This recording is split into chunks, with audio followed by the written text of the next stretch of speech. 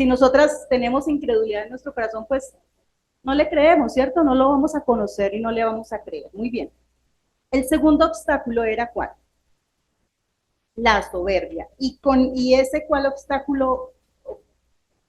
Glorificar a Dios. ¿Por qué, Yolanda? Porque la soberbia nos impide glorificar a Dios.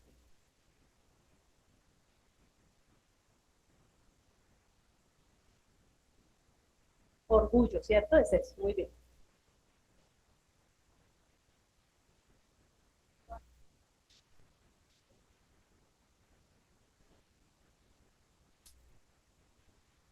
Uh -huh. Es una persona que tiene orgullo, definitivamente está imposibilitada para glorificar a Dios, ¿cierto? Porque está pensando es en sí mismo, ¿cierto? Y se coloca a él en primer lugar. Y aprendimos que la manera de glorificar a Dios es poner a Dios en primer lugar. Alguien que tiene soberbia y orgullo en su corazón no logra eso. El tercer obstáculo que vimos con Alicita fue la idolatría. Les recuerdo ahí, les copialina. ¿Y ese qué beneficio está obstaculizando? Hallar satisfacción en Dios. ¿Por qué?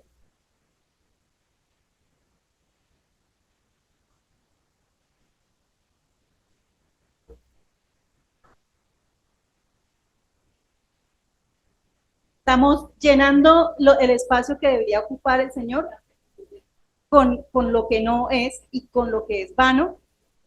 Ocupamos el espacio, es vano y no nos sentimos llenas o satisfechas. Exacto. Muy bien. El cuarto obstáculo que vimos con Alicita fue la falta de oración. Ese obstáculo, ¿qué beneficio estaba robándonos? La paz, ¿cierto? Hicimos un ejercicio muy bonito de poner el antónimo de un versículo, ¿cierto? Y que en lugar de no nos afanemos por todo, terminábamos afanándonos por todo, y esa es la vida que desafortunadamente como creyentes, inclusive muchas creyentes que llevamos años en el Evangelio, seguimos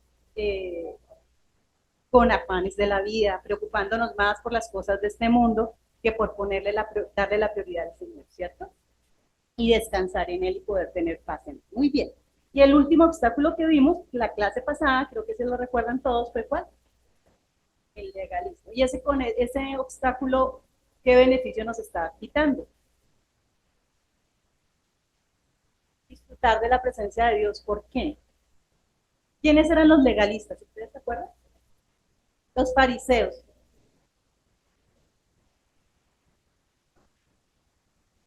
No conocían el espíritu de la ley, ¿cierto? Y no lo vivían. Y terminaban cargándose de cosas de hombres y no pudiendo disfrutar de ese gozo maravilloso que es tener o vivir en la presencia de Dios. Y por eso estamos aquí en esta mañana y vamos a seguir con este libro porque nuestro deseo es ser libres, ¿cierto? Es ser libres del yugo del pecado. Esa es nuestra meta. ¿Y la libertad en quién la vamos a obtener?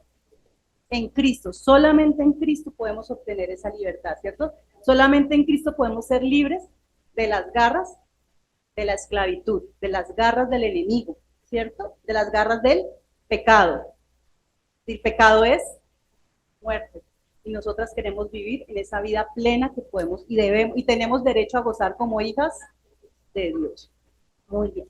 Entonces, la única manera de que podamos vivir esa vida abundante que está diciéndonos Yolita es guardar la palabra del Señor, meditarla en nuestro corazón y ponerla en práctica. Y este libro es muy práctico por lo que busca es que nosotras como creyentes, que conocemos muchísima palabra, ¿cierto? Ya muchas saben muchos versículos, muchas recitan y recitan versículos, pero este curso o esta clase lo que pretende es que eso ya lo llevemos a la práctica, a la aplicación, ¿sí? Que podamos vivir esa libertad en Cristo de verdad y eso es hacerla una realidad en nuestras vidas. Y por eso el tema que vamos a empezar en esta mañana es maravilloso, porque ahora sí, sí Marisol me colabora. Vamos a ver a nuestro pasado. Y a ver a nuestro pasado no para quedarnos en el pasado, sino para ver cómo podemos cambiar ese pasado y pensar en un futuro prometedor y libre realmente de las garras del enemigo. Voy a poner un video.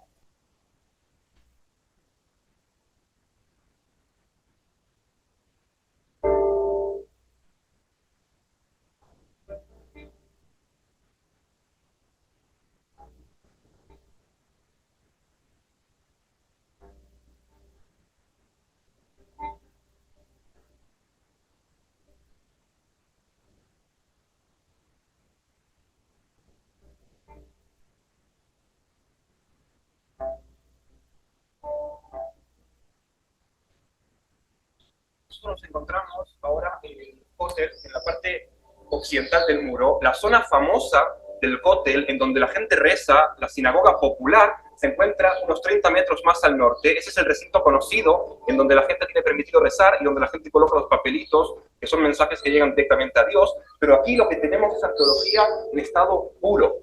Ya en el siglo XIX, el arqueólogo Edward Robinson descubre los inicios de lo que parece ser un arco, y después de la guerra de 1967, el Estado de Israel continúa aquí las excavaciones y descubre la otra parte del arco, la base del arco, un arco monumental, al parecer un puente gigantesco, por el cual entraban los peregrinos directamente al templo, directamente al pórtico real que construyó Herodes para las autoridades.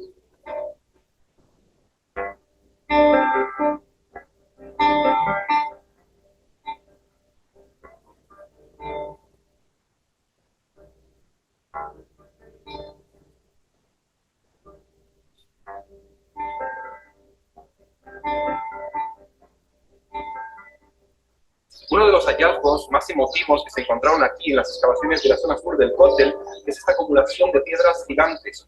¿Qué son estas piedras gigantes? Al parecer, en un principio se encontraban en la sección más alta del muro, y en aquel verano fatídico del 9 del mes de Av del año 70, el día que los romanos destruyeron el templo, el ejército romano empezó a destruir también las paredes del cótel y cayeron sobre la calle principal, que hoy en día las tenemos aquí. Los arqueólogos las encontraron de esta forma in situ, y estas piedras son los testigos de la destrucción del templo de Jerusalén.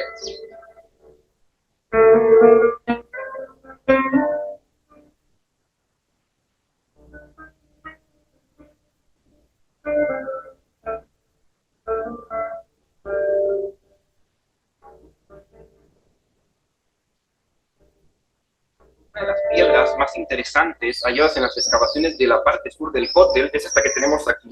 La diferencia con las otras piedras gigantes que encontramos es que los arqueólogos en esta encontraron un pequeño escalón, pero es lo suficientemente grande para que una persona se pare en él. Y aquí también hay una inscripción que dice Lebeit Atkia, en hebreo Lebeit Atkia Leatris, Lebeit Atkia. ¿Qué significa en hebreo? Lebeit Atkia, esta piedra pertenecía al departamento de Tkia. Tkia es el sonido que hacen las trompetas cuando son tocadas por el sacerdote. Aquí se paraba el sacerdote en vísperas de la entrada de Shabbat o de Yom Tov, tocaba la trompeta para anunciar la entrada de Shabbat a todos los habitantes de Jerusalén. Y esta piedra, al igual que las otras, se encontraba en lo alto del templo, en lo alto de los muros del cótel.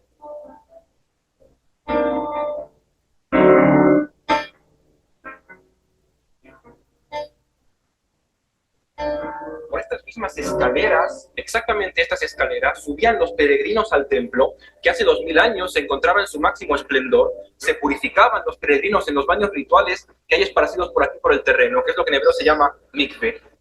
Pagaban el más mahatzita shekel, que es el impuesto anual que se requiere pagar para el templo. Compraban en los comercios que había aquí alrededor el animal que después iban a sacrificar, subían por las escaleras con el animal, le entregaban el animal al sacerdote y el sacerdote se encargaba en el santuario principal de sacrificar al animal. El interés de mostrarles ese video. Mostrarles las ruinas, ¿cierto? Muy bien. Eso es porque vamos a estudiar un versículo, el versículo clave en esta mañana es Isaías 61:4, lo tienen en su hojita, si quieren pueden ir a su Biblia.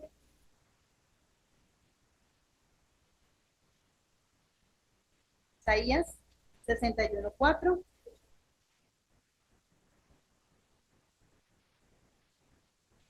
De hecho, yo voy a leerles desde un poquito antes. Dice 61:1, 1 al 4 voy a leer. Dice, el Espíritu de Jehová, el Señor, está sobre mí, Porque me ungió Jehová, me ha enviado a predicar buenas nuevas a los abatidos, a vendar a los quebrantados de corazón, a publicar libertad a los cautivos y a los presos apertura de cárcel, a proclamar el año de la buena voluntad de Jehová, el día de la venganza de nuestro Dios, a consolar a todos los enlutados, a ordenar a que los afligidos de Sión se les dé gloria en lugar de ceniza, óleo de gozo en lugar de luto, manto de alegría en lugar del espíritu angustiado, y serán llamados árboles de justicia, plantío de Jehová para gloria suya. Y viene el versículo que vamos a estudiar en esta mañana. Reedificarán las ruinas antiguas y levantarán los asolamientos primeros y restaurarán las ciudades arruinadas, los escombros de muchas generaciones, dice la palabra del Señor. Bueno, ¿por qué ahora? ¿Qué nos dice? ¿De qué nos está hablando este versículo?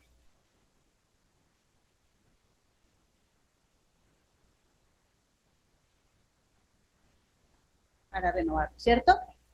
Isaías es un libro que nos habla mucho de la cautividad, ¿cierto? Al principio estudiamos todos los reyes, estudiamos cómo vimos cuando el pueblo de Israel fue llevado en cautiverio a Babilonia, ¿cierto? Por tantos años. Vemos que Isaías habla de eso en Isaías 13, hasta casi en Isaías 13 y antes, nos habla de cómo el pueblo iba a ser llevado en cautividad, ¿cierto? Y también, pues, cómo el pueblo de Israel fue derrotado por el ejército babilónico. Pero este capítulo, el capítulo, de hecho, desde el capítulo 60 casi hasta el 63, vemos que Isaías nos muestra unas profecías de promesas maravillosas, ¿sí? De buenas nuevas. Nos da esperanza del Señor Jesús. Nos promete cosas grandes y maravillosas, ¿cierto? Y nos transmite como esa alegría y ese gozo de que las cosas van a cambiar, que a pesar de haber estado tanto tiempo en cautiverio y en tribulación, en angustia, esclavos, lejos de su casa, el Señor es poderoso y puede restaurarnos. Y él aquí habla en el versículo 1, precisamente de el Espíritu de Jehová, el Señor está sobre mí, porque me ungió Jehová. Me ha enviado a predicar buenas nuevas a los abatidos. ¿De quién nos está hablando ahí el ungido?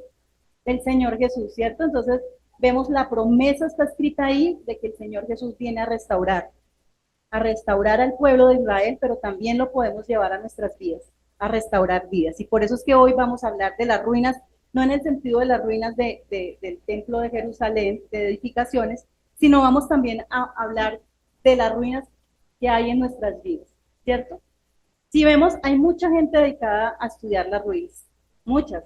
De hecho, esas ruinas fueron descubiertas porque hay personas dedicadas, como él decía, a los arqueólogos, ¿cierto? A buscar, a excavar, a quitar escombros y a mirar qué encuentran y aquí y allá hay mucho interés en buscar las ruinas. ¿Por qué creen ustedes que hay tanto interés en buscar las ruinas antiguas?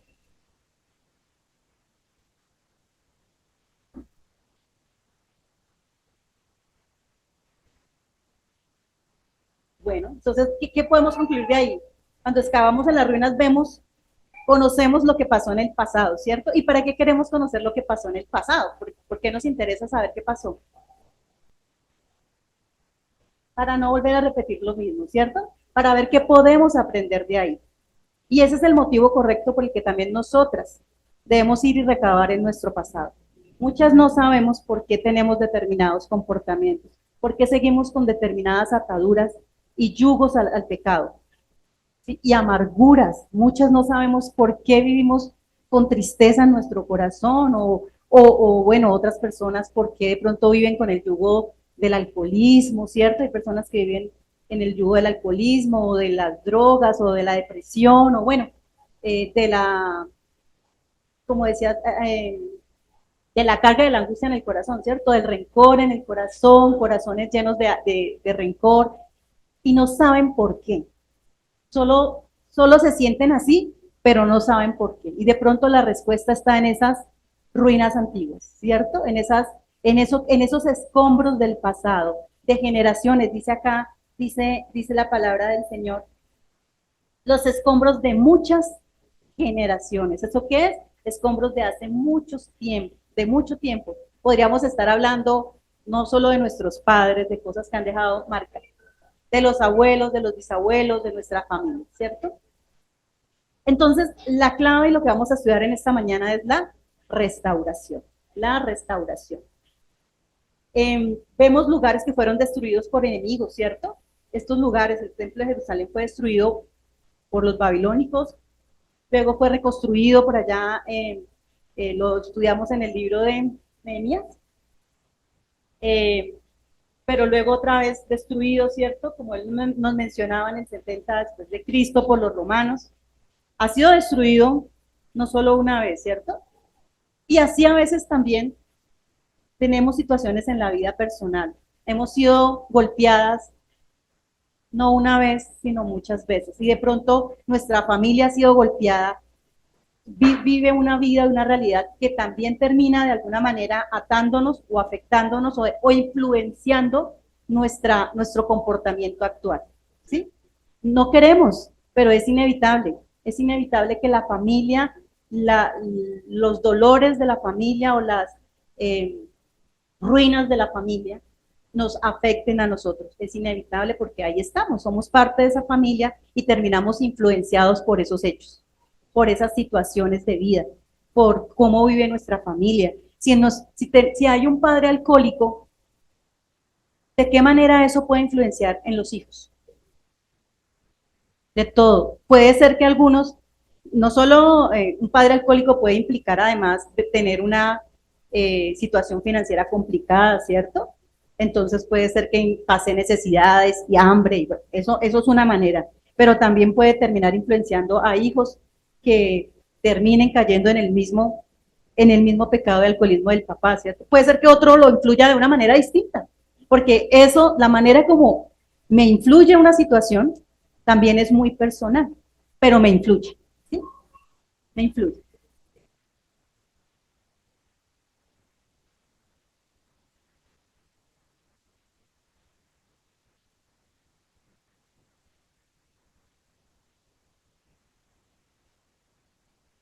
Contamine, la raíz de amargura, exacto. Puede ser que yo no termine y no caiga en el alcoholismo, pero hay una raíz de amargura porque mi papá me golpeaba, porque mi papá golpeaba a mi mamá, ¿cierto? Porque esto, porque el otro, y eso está en mi corazón, arraigado, causando dolor, y yo no sé por qué, y yo no sé por qué. Entonces, eso es lo que queremos estudiar en esta mañana. Entonces, el mensaje de la palabra es maravilloso. El Señor de verdad quiere reedificar lo que ha sido destruido. Si en esta mañana nuestras vidas estamos viviendo una situación actual, consecuencia de unas ruinas del pasado, de generaciones en generaciones, el Señor nos dice en esta mañana que Él quiere reedificarnos.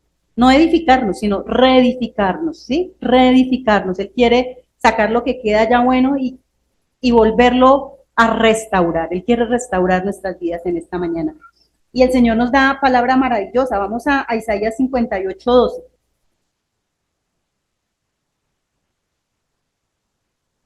Y los tuyos edificarán las ruinas antiguas. ¿Ya están ahí?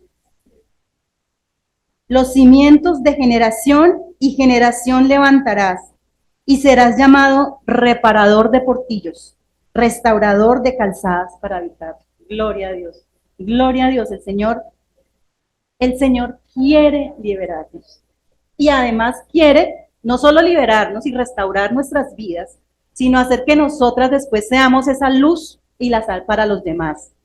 Que podamos ser restauradoras de las vidas de los que están a nuestro alrededor, de nuestra familia que seguramente no vive la misma situación de nosotros porque ya vimos que un pecado o una ruina o un yugo puede influenciar de maneras distintas a los miembros de nuestras familias, ¿cierto? Pero hay algo que está afectando de una o de otra manera a cada miembro de la familia. Y nosotras, el Señor nos llama a hacer eso, a ser esas restauradoras, a ser esas mujeres sabias que además pueden diferenciar en qué ha afectado esa misma situación que todos vivimos en la familia de manera diferente a uno o a otro miembro de la familia. El Señor quiere eso de nosotras, que podamos ser esas restauradoras. Pero eso no puede suceder si antes yo no he sido restaurada. Yo no he sido restaurada, exacto. Vámonos a Ezequiel 36, 33.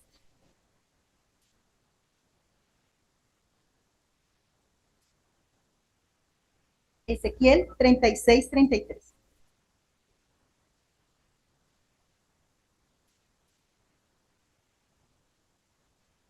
Bueno, amén, sí.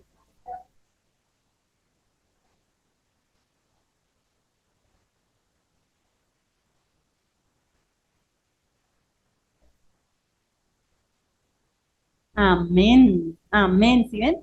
Dice él claramente, el día que os limpie. Antes de que seamos limpiadas, no vamos a poder ser esas restauradoras en nuestra casa y en nuestra familia. Entonces tenemos hoy que ser limpiadas. Y eso es lo que el Señor quiere. Y es promesa. Y si es promesa, es posible. El día que os limpie de todas vuestras iniquidades, haré también que sean habitadas las ciudades. Gloria a Dios.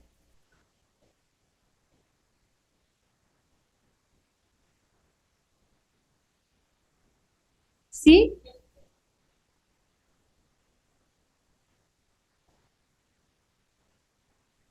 Así es.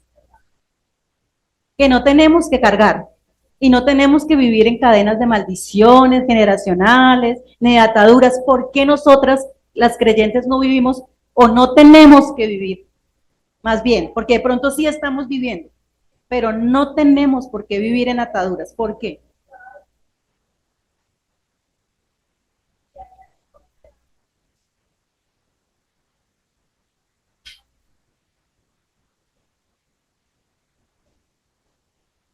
Amén. Amén. Entonces, hasta que no vayamos y escarbemos y hagamos la tarea que hacen los arqueólogos para ver qué es lo que hay ahí, cuáles son esos escombros, qué era lo que había antes, por qué pasa esto en mi vida, yo no voy a poder ser restaurada, ¿sí? Yo no voy a poder ser restaurada. Y como dice Angelita, les pasamos a nuestros hijos unas cargas impresionantes, aún sin saber qué es lo que causa eso en mi corazón.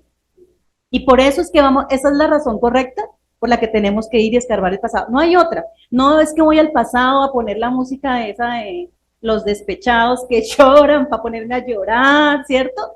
Esa no es el motivo correcto de ir al pasado, para recordar cómo me hizo sufrir y cómo, no, porque eso hace el mundo. El mundo se la pasa recordando el pasado y es que no puedo vivir sin el pasado y entonces, y viven en el pasado y no en el presente. Nosotras no, porque nosotras ya no vivimos en esclavitud y no tenemos por qué vivir en esclavitud ni en yugo. ¿Por qué no? Porque aquí decía que vino el ungido, ¿cierto? Y nos trajo una promesa maravillosa. Nosotras podemos ser libres del yugo del pecado porque Cristo nos redimió, porque Cristo hizo una obra maravillosa en la cruz y, y resucitó y está ahí, está con nosotras. Entonces nosotras no tenemos que vivir en el pasado, ¿sí? Pero sí tenemos que ir a ver por qué hay todavía actitudes en nuestra vida que nos impiden tener una vida de oración más efectiva, ¿sí? O que nos impiden dejar ese problema de ira que tenemos en el corazón.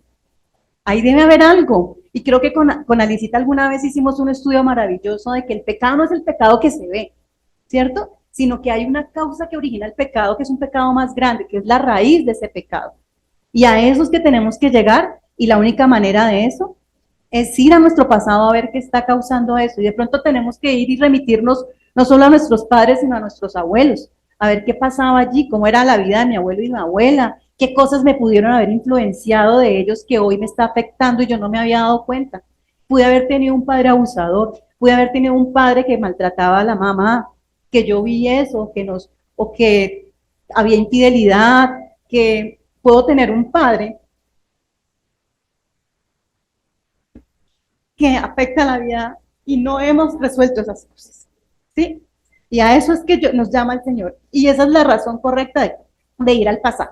Restaurar corazones rotos, restaurar esos escombros que están ahí y que nosotros, como dice Angelita, nos hemos hecho las de las gafas diciendo que todo está perfecto, que yo soy tengo una nueva vida en Cristo, pero hay cosas que siguen afectando mi vida y no me permiten ser esa creyente que puede disfrutar de esos 5 beneficios maravillosos que el Señor tiene para nosotros. Creerle, Seguimos con incredulidad, ya lo vimos, ¿cierto? Glorificarlo, seguimos con corazones llenos de orgullo y de soberbia. Seguimos viviendo vidas vanas, llenándonos de cosas que son de este mundo y que no nos llenan realmente y no nos satisfacen. Dale, Florecita.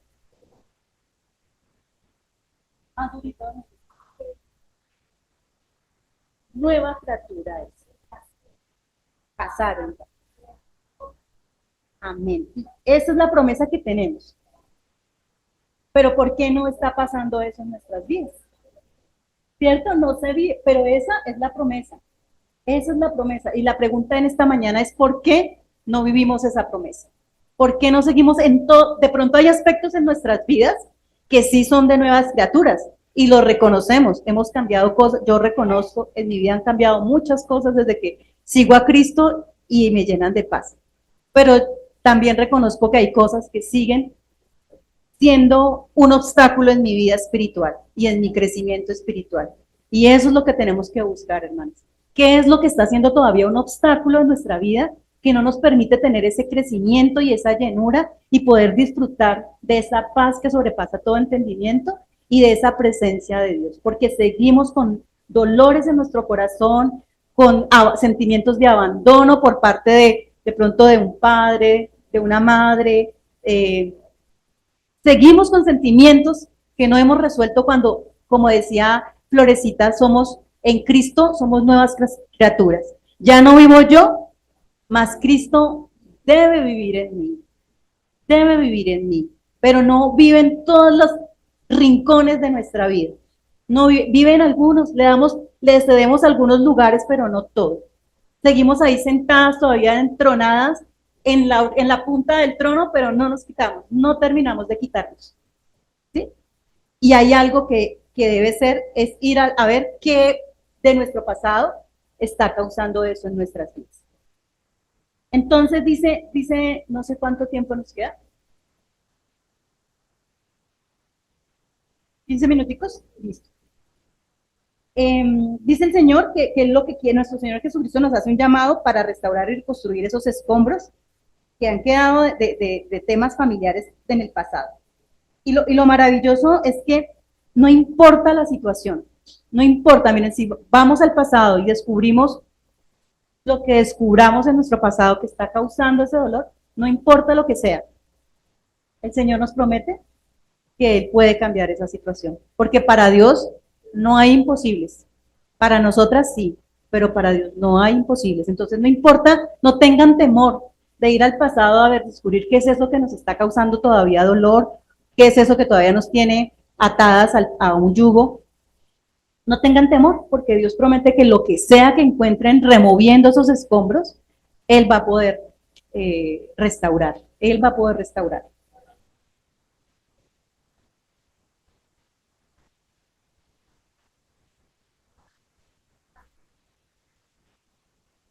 Amén.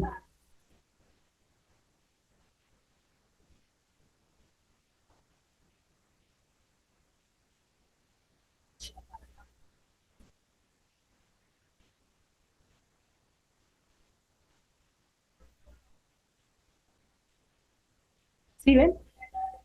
Ahí vemos, ese es un claro ejemplo, y yo creo que eso, ese pecado de maltrato, es de muchas familias, ¿sí?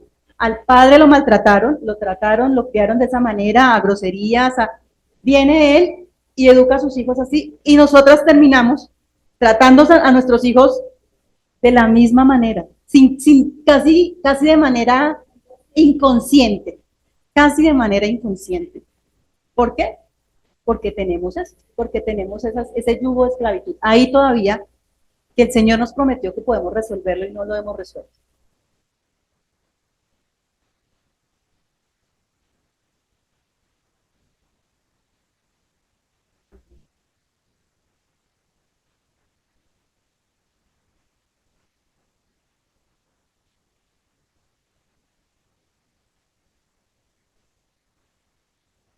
Hebreos 3,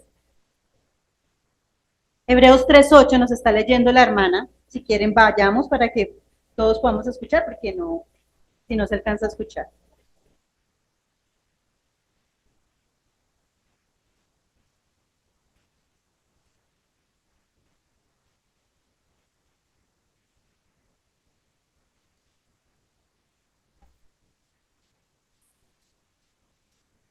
La voy a leer aquí para que se escuche.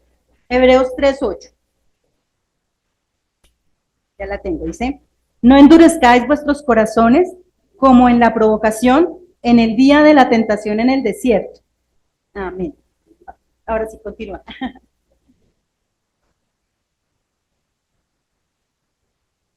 Cuando endurezco mi corazón. Este corazón endurecido. Amén, amén. El Señor puede trabajar y puede cambiar esos corazones de piedra y ponerlos y convertirlos en corazones de carne. Es una promesa y si nosotras creemos y estamos aquí sentadas en esta mañana es porque creemos. Y eso puede ser así. Muy bien. Entonces, tampoco importa ni lo que encontremos, ni la gran piedra, ni la gran roca que encontremos por allá, lo pesado que sea de remover ese escombro, no importa, Dios promete que lo puede restaurar y lo puede mover, no importa lo grande como vimos esas rocas, y tampoco importa tanto el tiempo que lleven esos muros derribados, no importa. Vieron que ahí descubrían que hace yo no sé cuántos años, sí, no importa el tiempo, todo eso el Señor lo tiene en control. Pero ¿qué tenemos que hacer? Creerle al Señor, ¿cierto? Dice que los muros de Jerusalén y pueblo llevaban casi 150 años en ruinas. ¿Sí? Y eso no limitó a Nehemías.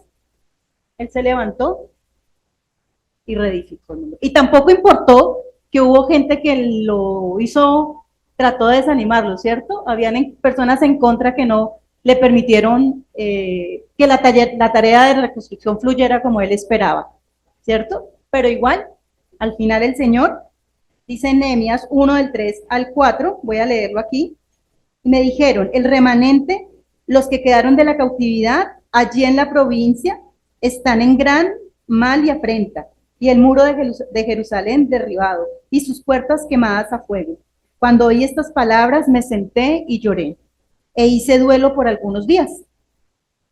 Y ayuné y oré delante del Dios de los cielos. Y dice ya más adelante en Nehemías 2:17. Les dije, pues, vosotros veis el mal en que estamos, que Jerusalén está desierta y sus puertas consumidas por el fuego. Venid y edifiquemos el muro de Jerusalén. Y no estemos más en oprobio. Me parece increíble esos versículos, porque es lo que pasa en nuestras vidas, ¿cierto? Claro, tenemos derecho a sentirnos con dolor, a sentir tristeza, a llorar, pero no nos podemos quedar ahí. No nos podemos quedar ahí. Ahí dice clarito, ¿cierto? Dice, hice duelo por algunos días, lloré, hice duelo por algunos días, y luego, ¿qué hice? Ayuné y oré delante del Dios de los cielos. Eso es una batalla, y eso es la tarea que estamos llamadas a hacer. Nosotras ante las mismas situaciones, no quedarnos ahí en el lloro y en el duelo. Hay que salir de ahí y empezar a ayunar y a orar. O en el que en eso terminan los que terminan llorando todo el tiempo y en peores males. Y en peores males. Bueno, entonces el Señor nos promete, Jesucristo nos da esa esperanza maravillosa. Esa esperanza maravillosa es que podemos ser reconstruidos.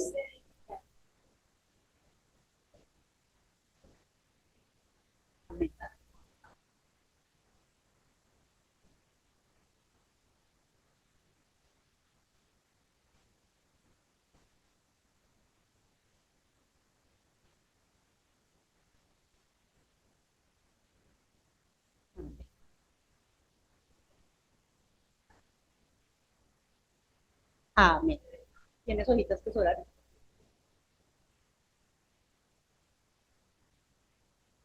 Así vamos a empezar a hacerlo ahorita. Esa era la introducción. Bueno, entonces dice que qué son los escombros generacionales, tienen ahí en su hojita. Dice, son áreas de devastación. Nehemías, hay dos citas, Nehemías 1 del 3 al 4 y Nehemías 2:17.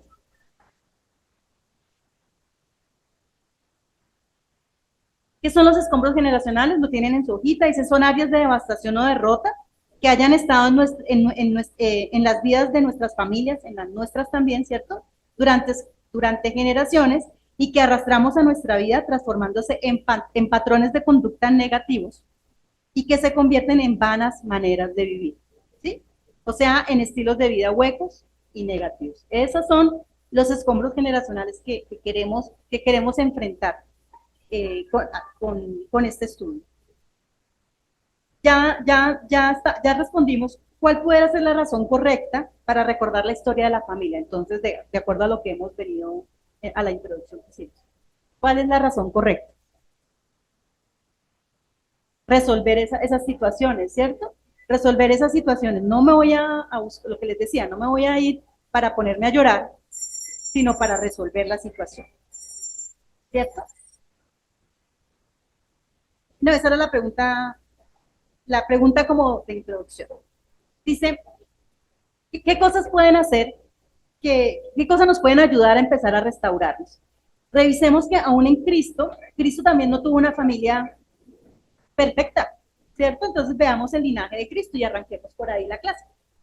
Mateo 1:5, por favor, vamos a Mateo.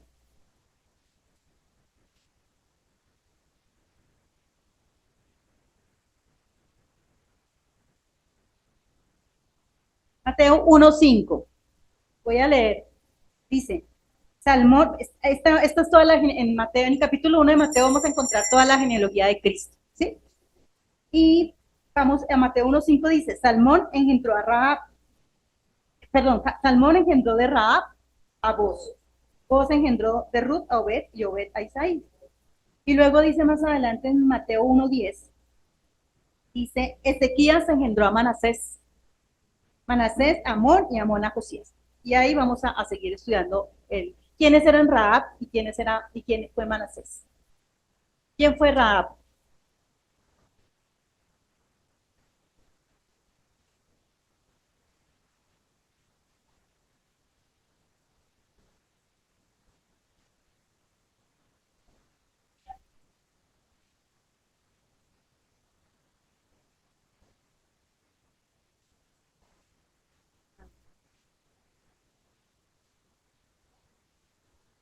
Ahí tienen en su hojita.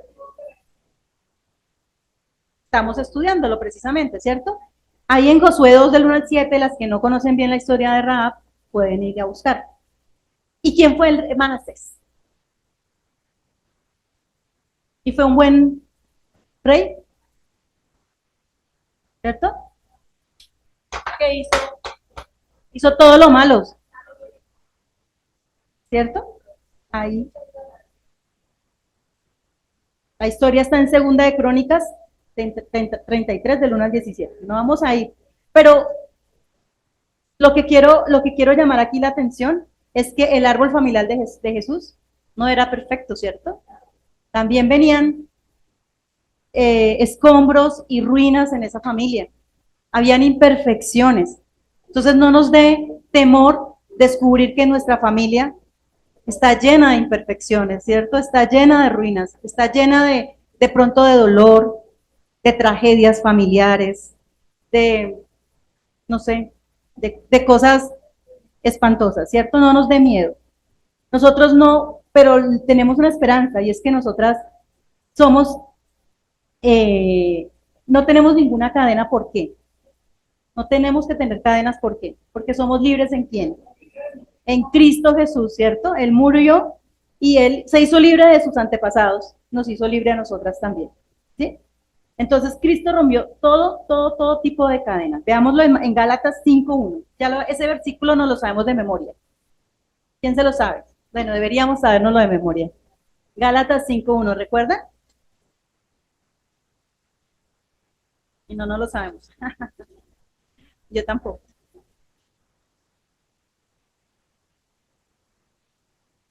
¿Está qué?